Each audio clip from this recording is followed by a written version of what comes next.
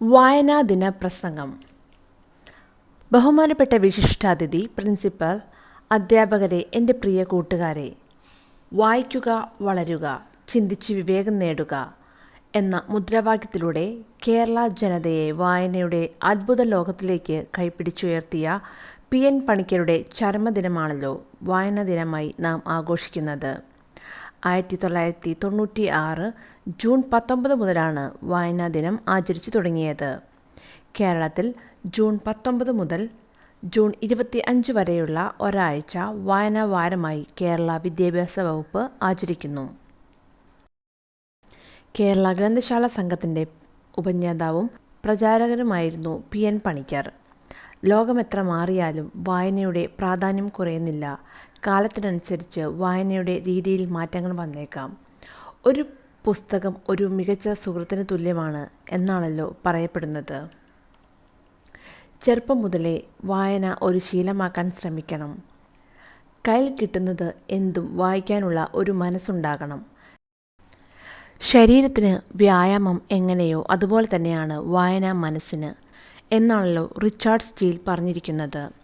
വായനയുടെ പ്രാധാന്യം മനസ്സിലാക്കി ഇന്ത്യൻ പ്രധാനമന്ത്രി നരേന്ദ്രമോദി 2017 കേരളത്തിൻ്റെ വായനാ ദിനം ഇന്ത്യയിലെ ദേശീയ വായനാ ദിനമായി പ്രഖ്യാപിച്ചു. ഓർമ്മശക്തി കൂട്ടുവാനും ചിന്താശേഷി വർദ്ധിപ്പിക്കുവാനും വായന കൊണ്ട് സാധിക്കും. പുതുതലമുറയ്ക്ക് വായനയുടെ മഹത്വം പറഞ്ഞു കൊടുക്കേണ്ടത് അത്യാവശ്യമാണ്. ഓൺലൈൻ ഗെയിമുകളോടും സിനിമകളോടുമുള്ള താല്പര്യം കാരണം ഇന്ന് പലരും വായിക്കാൻ സമയം കണ്ടെത്തുന്നില്ല. പുതുതലമുറ വായനയെ ഡിജിറ്റൽ രൂപത്തിലാക്കിയപ്പോൾ ലൈബ്രറിയുടെ മഹത്വം നഷ്ടപ്പെട്ടിരിക്കുന്നു. ഓരോ പുസ്തകവും അറിവിൻ്റെ അത്ഭുത ലോകമാണ് നമുക്ക് കാഴ്ചവെക്കുന്നത്. ആ ലോകത്തിലേക്ക് എത്തിച്ചേരാനുള്ള വഴിയാണ് വായന എന്നത്.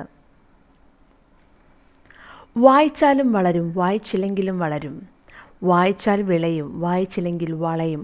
ഈ കവിതയിലൂടെ കുഞ്ഞുണ്ണി മാഷ് വെളിപ്പെടുത്തുന്നത് വായനയുടെ പ്രാധാന്യമാണ്. കുട്ടികൾ പാഠപുസ്തകങ്ങളിൽ അച്ചടിച്ചു വരുന്ന കാര്യങ്ങൾ മാത്രം പഠിക്കാതെ ചെറുകഥകളും നോവലുകളും കവിതകളും കയ്യിൽ കിട്ടുന്നത് എന്തുമായിക്കോട്ടെ അതൊക്കെ വായിക്കാൻ ശ്രമിക്കുക. നമുക്കറിയാത്ത പുതിയ അറിവുകൾ ഓരോ വായനയിലൂടെയും നമുക്ക് ലഭിക്കും. ഒരു പുതിയ വിഷയത്തെക്കുറിച്ച് പഠിക്കുവാനും ചിന്തിക്കുവാനും വായനയിലൂടെ സാധിക്കും.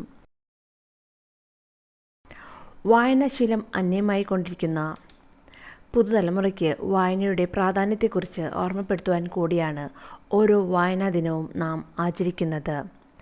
ഡോക്ടർ APJ അബ്ദുൽ കലാം പറഞ്ഞിരിക്കുന്നത്, ഒരു നല്ല പുസ്തകം 1000 സുഹൃത്തുക്കൾക്ക് തുല്യമാണ്. സുഹൃത്തുക്കൾ എന്നും നമ്മുടെ കൂടെ ഉണ്ടാകണമെന്നില്ല. എന്നാൽ നമ്മുടെ ഏകാന്തതയിലും ഒരു നല്ല സുഹൃത്തിനെ പോലെ നമ്മെ ആശ്വസിപ്പിക്കാനും വഴി നടത്തുവാനും ഒരു നല്ല പുസ്തകത്തിന് സാധിക്കും.